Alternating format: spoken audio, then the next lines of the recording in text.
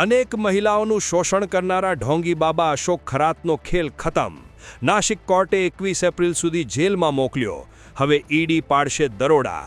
નાશિકના વિવાદાસ્પદ ઢોંગી બાબા અશોક ખરાતના કાળ જાદુ અને શોષણના કાળા સામ્રાજ્યનો પર્દાફાશ. નાશિક જિલ્લા અને સેશન્સ કોર્ટે અશોક ખરાતની ન્યાયિક કસ્ટડી 21 એપ્રિલ સુધી લંબાવવાનો આદેશ આપ્યો છે.